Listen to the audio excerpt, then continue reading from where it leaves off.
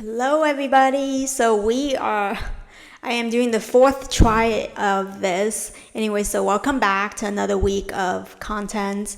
I know yesterday I tried to get an episode out and I filmed it and I was so proud and all done. And I was thinking, oh, this episode's so eloquent. It's so well done. I'm so excited to release it.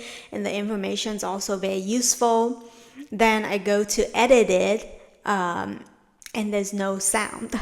So apparently either my computer was on mute or that there was an issue with the microphone or something. So for those of you who are podcasters or YouTubers, be sure to always triple check your sound. So this is my fourth go at this. Last night I did one video and then I tried doing audio a couple times, and then and now we're back at it today. So hopefully this fourth one is a charm. So today's topic is on adaptive driving. I believe driving is so crucial for our independence and dignity. Unless you live in a big hub like New York City or Washington, D.C. or San Francisco or Chicago, any number of the big hubs, either in the U.S., if you're listening from the U.S., or a major hub abroad, Toronto, Dubai, Beijing, Shanghai, etc. Public transportation or transportation in general is very difficult to access. And being the minority group with the lowest purchasing power, it is extremely difficult financially as it is, and also the adaptive driving programs, so programs that help you to learn how to drive, help people with disabilities learn how to drive, is extremely sparse, and oftentimes people have to drive or commute very far away to access them. I know for me, my lessons were in the major hubs, which I'll be sharing in detail about shortly here. They're in major hubs, and it was still quite a commute for the one in New York City at least. So I went for my adaptive driving programs. I went to the Abilities Inc. at the Viscardi Center in Albertson, New York, so Long Island area, and took my lessons with Ed Cover. He was incredible. I love learning to drive from him. He was so patient, so funny, and had so many great stories as we were learning how to drive. Anyways, I praise him highly for his driving instruction skills. Ed, if you're listening, you were incredible. Thank you so much for helping me get my license in New York. I love driving, absolutely love it. And so some more relevant information. So the program was through Abilities Inc. at the Viscardi Center. And I believe I either got vocational rehabilitation to pay for it, or it was a grant they had at that time. I do remember something about that, but this was a number of years ago. This is quite some time ago, back in 2014, 2015. So for you all interested who are in the NYC area in the Big Apple, I'm sure things have changed. So do some research, make some calls, and see what the most updated information is regarding these driving programs.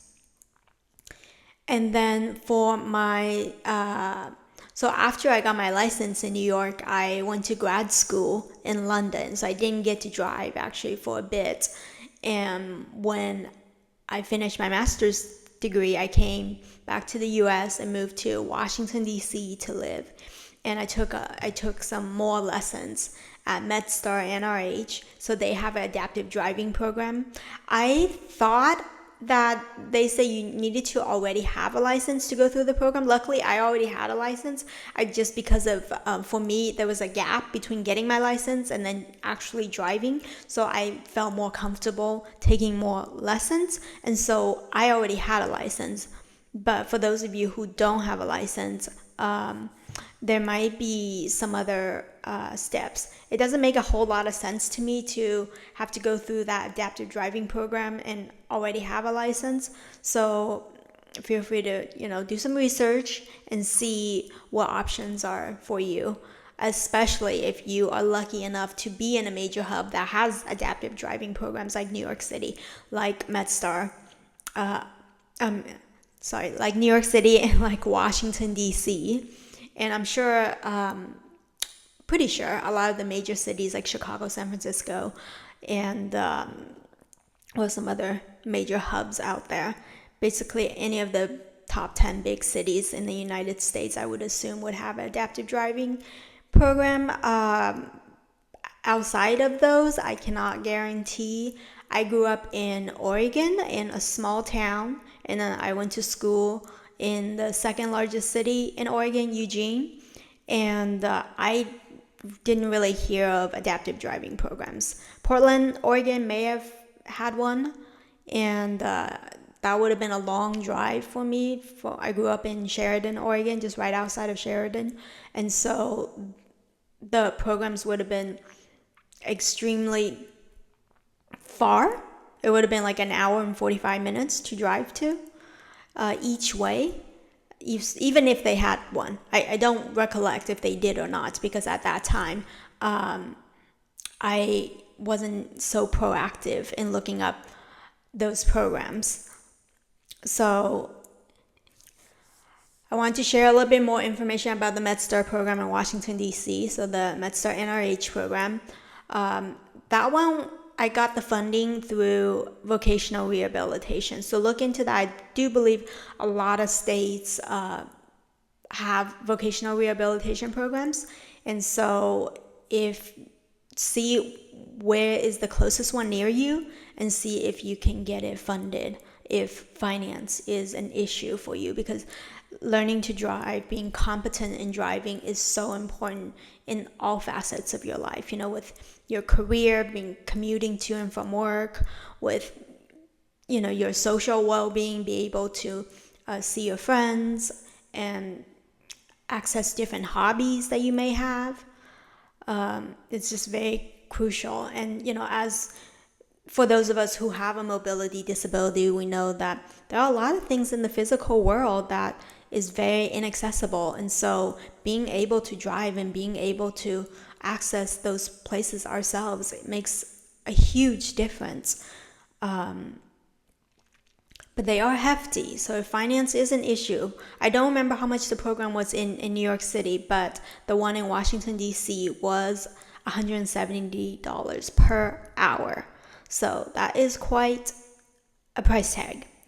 And if that is a hardship, there are grants, there is rehabilitation, and I know they do fund those lessons depending on need. So, and then once you have a license, once you've gotten your once you've taken your lessons and have a license, then you have to obtain a car, and that's a whole nother cost. And then of course there is hand controls that we have to install in our cars. The hand controls are a separate cost as well after you've obtained a car, and those range from a couple of $1,000s to a bit more. And so when you're planning, make sure to account for that cost as well. If you want recommendation, I got the Featherlight push-pull just because that's what I was used to. That's what I learned with. And so I got the push-pull. I thought that would be safer. And even when getting hand controls installed in your car, they'll ask for documentation. So they'll ask for your license and make sure that you have that,